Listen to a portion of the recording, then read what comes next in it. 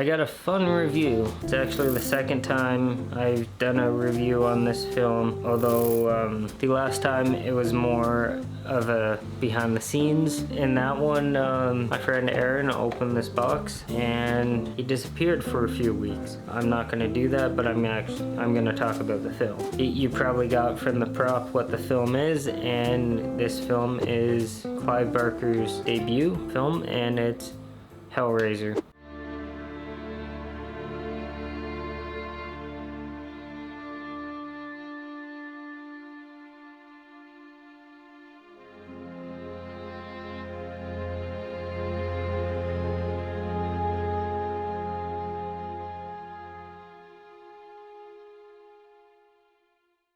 If you don't know what Hellraiser is about, I'm not sure how much it differs from its novel counterpart called The Hellbound Heart. The movie is about a woman who discovers the newly resurrected, partially formed body of her brother-in-law. She starts killing for him in order to revitalize his body so he can escape the demonic beings that are pursuing him after he escaped their sadistic underworld. I got a fair bit of stuff to talk about in this film. Right off the bat, there's a match cut transition type thing. I think it's this side of the box. One of the sides of the box. It just zooms in and the circle on the box cuts out and shows the footage from the movie. But that scene with the box is where this character named Frank actually buys it from a merchant. We'll get back to that scene. So one of the things I really liked about it, like one of the scenes, was Frank was actually framed inside a box while holding the box.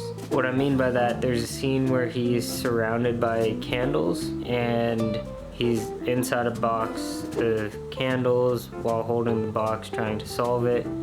You could even say that the frame of the camera is also a box, so it adds a different level of, I'm not even sure what the right word is for it. The film is well shot. The lighting works very well for the film. The special effects are very well done for the low budget it had. Offhand, I'm not entirely sure what the exact number. It was all basically filmed in one location. When Frank opens the box, basically his face is put back together much like the puzzle box, and basically the opening of the film perfectly sets up the horror of the film. What might surprise you is the Cenobites aren't actually the villains of this film, which is a common misconception about the film, and I think that's why the sequels kind of didn't really capture the magic of like the first two films, was because they created a slasher film out of the Cenobites and it just didn't fit well with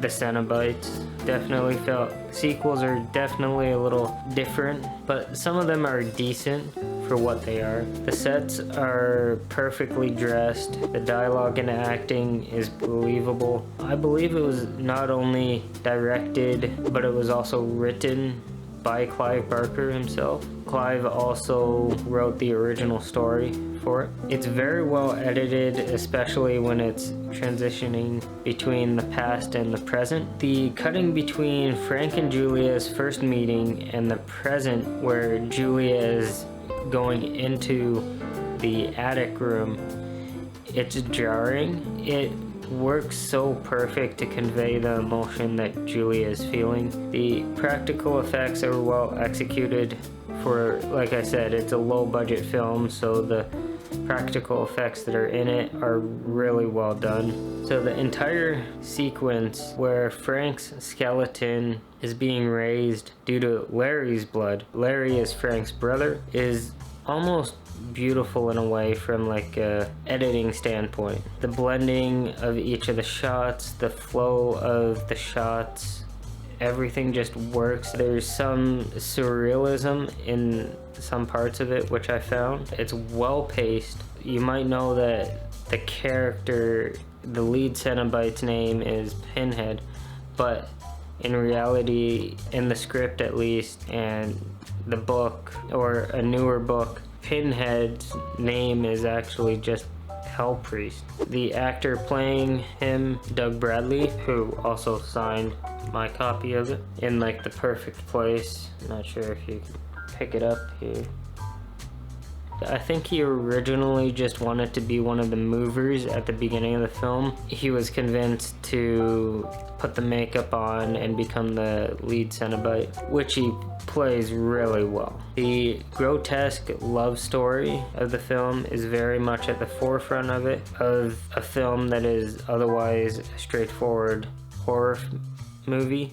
It almost doesn't feel like it's a 90s film, it almost feels like an 80s film. It was made in the 90s. The Cenobites, in the first film at least, are actually portrayed as Hell's bounty hunters. You could almost kind of treat Hellraiser as a grotesque fairy tale. As disturbing as that sounds, it kind of actually makes sense, because the film ends in the same place as it begins. Like, the main story of the film is like contained inside the box. The final scene of the film is actually essentially the same scene as the beginning, but with a reverse shot of that match cut that I mentioned at the beginning of the review. I think I read somewhere that the effects, like right before that transition, were done on like the very last day of shooting, when they, I think, ran out of money or something like that, or they just had to fund it themselves because they were running behind or something.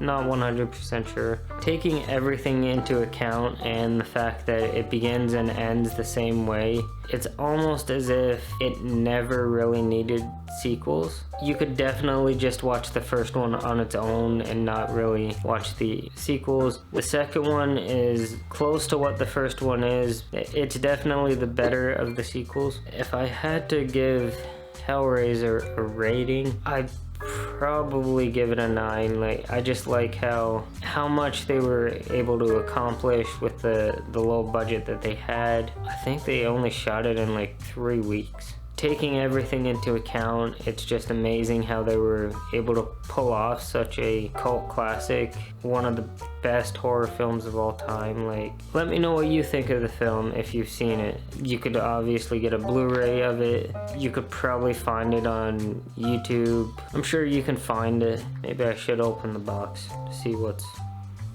the deal. While I do that, watch my other reviews. Give this a like, subscribe. Stay tuned for the other ones. I'm gonna go open this. So yeah.